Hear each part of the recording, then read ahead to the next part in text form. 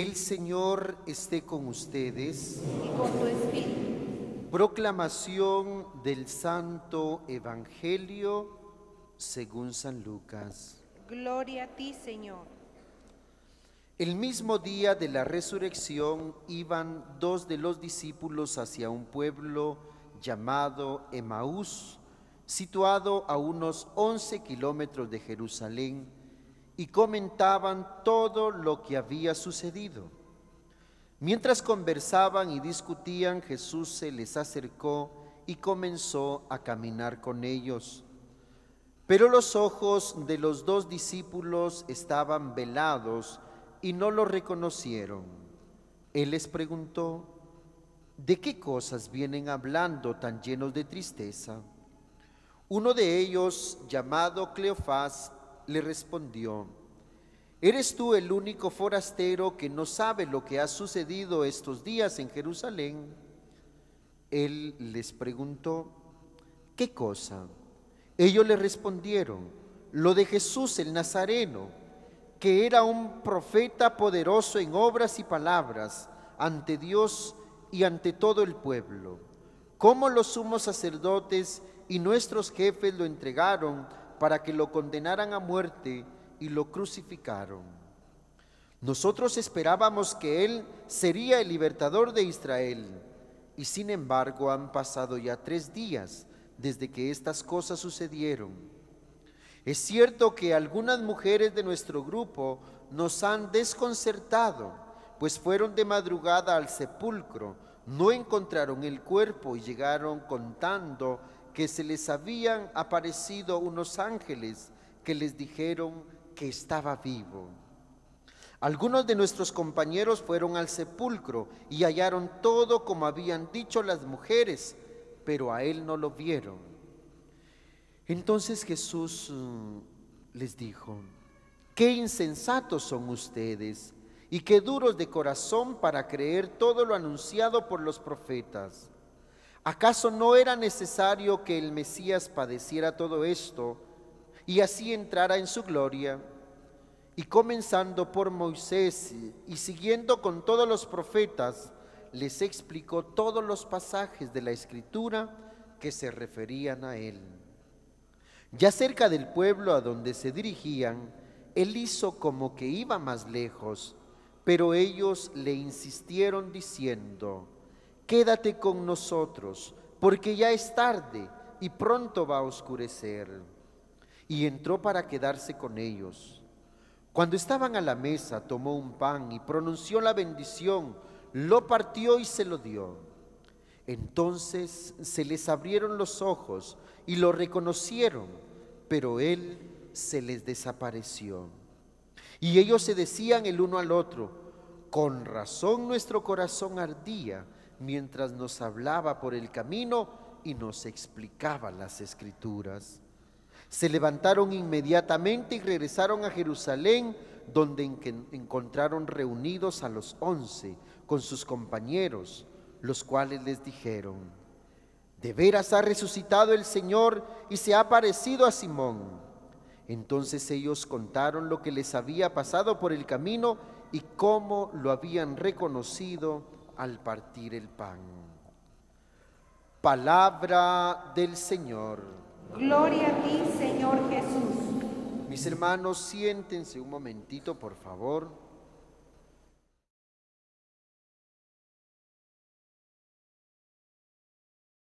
Estamos en este tercer domingo de Pascua. Nuestra fiesta sigue. Seguimos celebrando el triunfo de Jesús sobre la muerte. Seguimos celebrando que Cristo está vivo, que Cristo ha resucitado. Estamos de fiesta. Una fiesta, mis hermanos, que va a durar hasta la celebración de Pentecostés, cuando se termine este tiempo de Pascua. Y hoy la palabra de Dios quiere dejarnos definitivamente algo en nuestro corazón. Hemos escuchado esta escena hermosa del capítulo 24 del Evangelio de San Lucas, que nos narra la historia, la vivencia de estos dos discípulos que de Jerusalén van a su aldea que se llama Emaús. Pobre los patojos, porque ellos, como así lo expresaron, estaban ilusionados con Jesús, lo habían apostado todo por él, y sin embargo ahora regresaban a su casa tristes, desconcertados, desanimados, de bajón. Claro, porque lo habían apostado todo por el Señor y ahora resulta que lo dejaban muerto allá en Jerusalén. Pero mientras venían caminando, ¿cuántos kilómetros eran? 11, lo suficiente para... Y venían caminando, de repente dice, alguien se acercó a ellos y empezó a caminar con ellos. ¿Quién era? ¿Quién era, mis hermanos? Jesús. Y empezó a caminar con ellos, y 1 kilómetro, y 2 kilómetros, y platicando. ¿Se dieron cuenta de que Jesús iba caminando con ellos? No. Y Jesús les dice, muchachos, ¿qué les pasó? ¿Por qué vienen tan tristes? Y aquellos hombres, Cleofás le dice, ¿eres tú el único forastero que no sabe lo que pasó en Jerusalén? Y cuentan lo de Jesús. Pero miren, mis hermanos, ¿qué cara no traerían estos muchachos para que Jesús percibiera la tristeza y el dolor que había en su corazón? ¿No es cierto? Porque cuando andamos mal se nos nota, ¿o no? Cuando andamos mal se nos nota inmediatamente, no tenemos que decirlo, se nos nota. Y Jesús inmediatamente lo percibió, a estos algo les pasa. Y entonces le dice, miren, insensatos ustedes, porque tenía que cumplirse la escritura, y empezó a hablarles de todo el Antiguo Testamento, todos aquellos pasajes que se referían a él. Y siguieron caminando y no caían en la cuenta de que el que iba con ellos era Jesús. Pues nosotros estamos reflejados en esos discípulos de Emaús. ¿Saben por qué, mis hermanos? Porque muchas veces nosotros reclamamos la presencia de Dios en nuestra vida. Porque muchas veces nosotros le decimos al Señor que por qué nos ha dejado, porque ya no está con nosotros, ya no nos escucha, de plano que ya se olvidó de mí. O cuando nos pasa algo, Señor, si tú hubieras estado acá no me hubiera pasado esto, de plano ya me abandonaste, ya no me escuchas. Cuando nos pasa algo grave, cuando tenemos una crisis, pensamos que hasta Dios nos ha abandonado. Pero nos pasa como a los discípulos de Emaús, el Señor siempre está con nosotros. Lo que pasa es que muchas veces no lo vemos, pero Él camina contigo, Él camina a tu lado, ¿no es cierto? ¿O no? En nuestras tristezas, en nuestros desánimos, en nuestros días de bajón, ahí está el Señor caminando con nosotros. Dice la palabra de Dios que no se dieron cuenta que Jesús iba caminando con ellos porque sus ojos estaban velados, porque estaban sus ojos cerrados, ¿cierto? Y al final llegaron a Emaús y Jesús hizo como que quería seguir el camino y le dice, Señor, quédate por favor, quédate porque ya es tarde, la tarde está cayendo y se está poniendo oscuro, quédate, Señor. Bueno, qué bonito, ¿verdad? Porque el Señor no se hace de rogar. Si le decimos al Señor, quédate, Señor, Él entra, Él entra. Entró Jesús a la casa, se sentó a la mesa con los dos discípulos. Vean la foto. Se sentó a la mesa con los discípulos, oró, hizo la oración de acción de gracias, partió el pan y se los dio. ¿Qué pasó en ese momento, mis hermanos? Se les abrieron los ojos, lo reconocieron, es Jesús. Y cuando dijeron que es Jesús, Jesús ya no estaba con ellos, había desaparecido. Mis hermanos, cada domingo nosotros vivimos la escena de los discípulos de Emaús. Porque durante la semana de repente no alcanzamos a descubrir esa presencia de Dios en nuestra vida, que nos acompaña, que camina con nosotros en nuestros momentos más difíciles y más tristes. Pero cuando venimos a la Eucaristía, estamos invitados a confesar como los discípulos de Emaús lo conocimos en la fracción del pan, ¿no es cierto? Y en la Eucaristía es el momento, mis hermanos, para que los ojos se nos abran, pero fundamentalmente los ojos de la fe, ¿no es cierto? Los ojos de la fe. Por eso, en el fondo, lo que había en aquellos discípulos era incredulidad. Incredulidad. Y cuando hay incredulidad en tu vida, o sea, cuando no tienes fe, qué difícil se te hace reconocer a Jesús que camina contigo. Qué difícil, ¿no es cierto? Pero cuando tienes fe, es un momento que en el momento que lo reconocieron al partir el pan, en ese momento todo se les iluminó a los discípulos.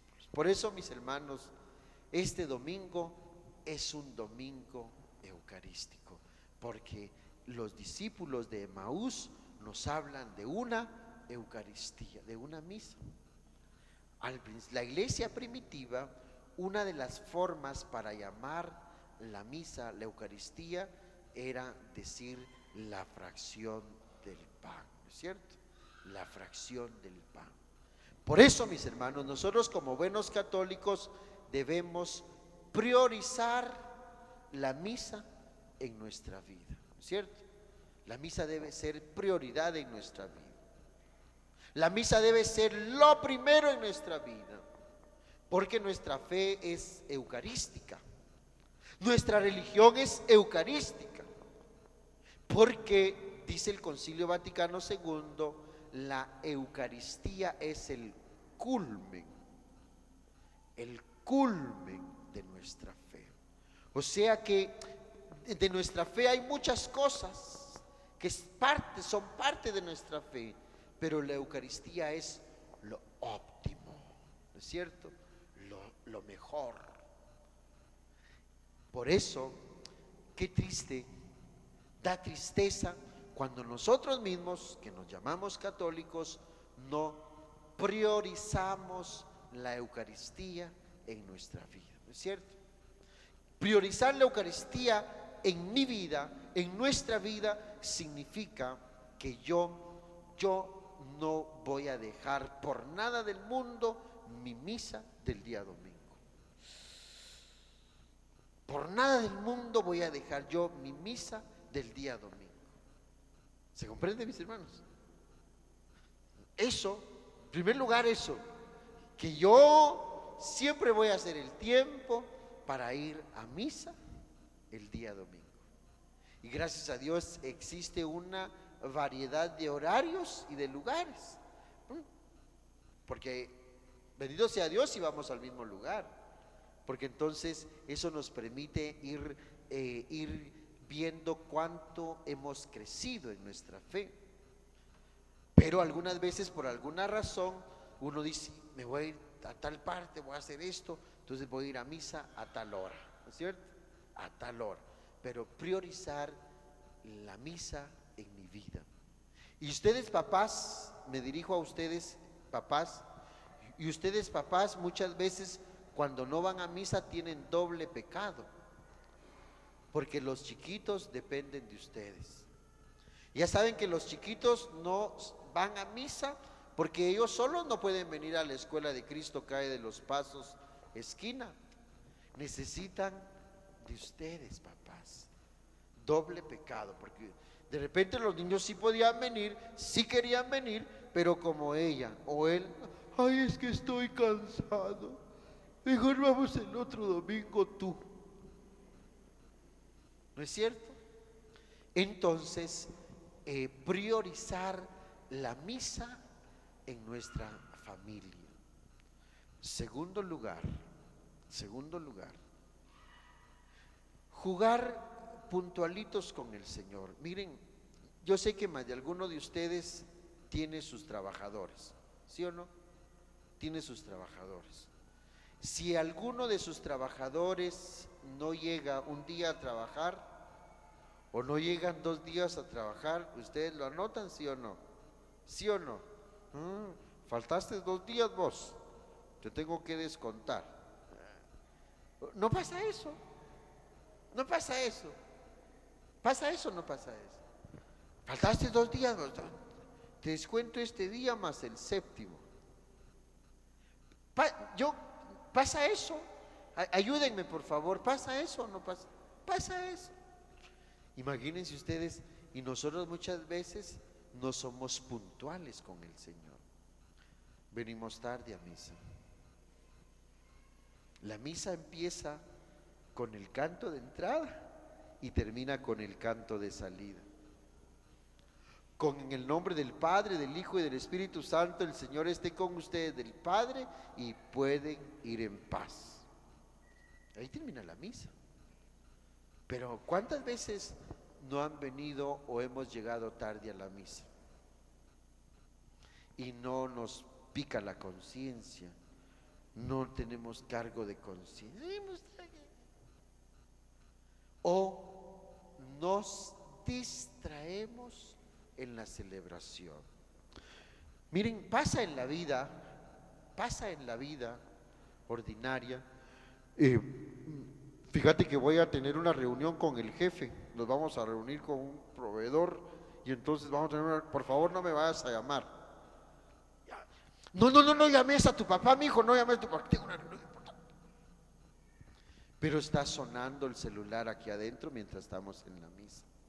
Entonces la Eucaristía ya no es prioridad en nuestra vida. Está sonando el celular o alguien sale. Estamos en la consagración, en el momento en el que podemos reconocer a Jesús en la fracción del pan y sale alguien con el celular. Sí, fíjate que no voy a ir. Es que no me dio permiso a mi mamá. Sí, no. Y se pierde lo mejor. Pero muchas veces cuando pasa con los patojos, los papás tienen la culpa. Y para adentro, mi hijo su celular por favor, mi hija su celular por favor. ¿Me comprenden mis hermanos? O se agachan ahí detrás de la banca y como yo soy chiquito y no los alcanzo a ver, están en... Tenemos que darle el lugar que se merece la Eucaristía en nuestra vida, ¿o no? ¿O no, mis hermanos? ¿O no? La Eucaristía es el culmen de nuestra fe, es lo mejor, es lo mejor.